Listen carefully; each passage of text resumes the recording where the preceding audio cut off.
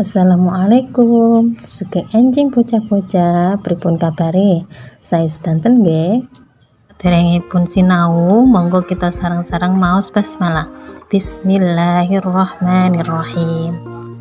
Dinten niki Bu Indah badhe ngajak bocah-bocah belajar bahasa Jawa ulangan telu, yaitu mongso pasinaon setunggal. Pintas sinau setunggal niki Bu Indah badhe macaaken wacan teks sing ana gandengane karo mangsa. Irah-irainipun kudung ujungan. Dina Senin jam pira-pira 12 awan, Bima lan kanca-kancane wis rampung oleh sinau ing sekolah. Nalika mulih bebarengan karo kancane sing jenenge Rino, dumadakan udan riwis-riwis. Pancen saiki wis mangsa rendeng. Mula sawaya-waya bisa udan tanpa dinyono.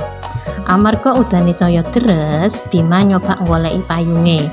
Sakwise tas dibuka, payung sing digoleki jebule kari ing omah. Tujune bocah loro mau ketemu Pak Suro, tangga cedhak omahe sing lagi ngarit.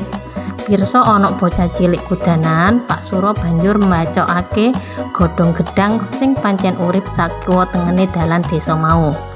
Rino age-age nampani ujungan sing diparingi Pak Suro, banjur digawe kudungan karo Bima.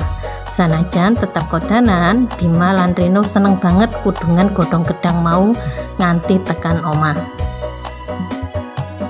Saiki salinan ing buku basa Jawamu, banjur wangsulana pitakon-pitakon ing ngisor iki adhedhasar wacan ing dhuwur. Sakmenten sinau basa Jawa dinten iki, kita ketemu malih minggu ngajeng. Wassalamualaikum warahmatullahi wabarakatuh.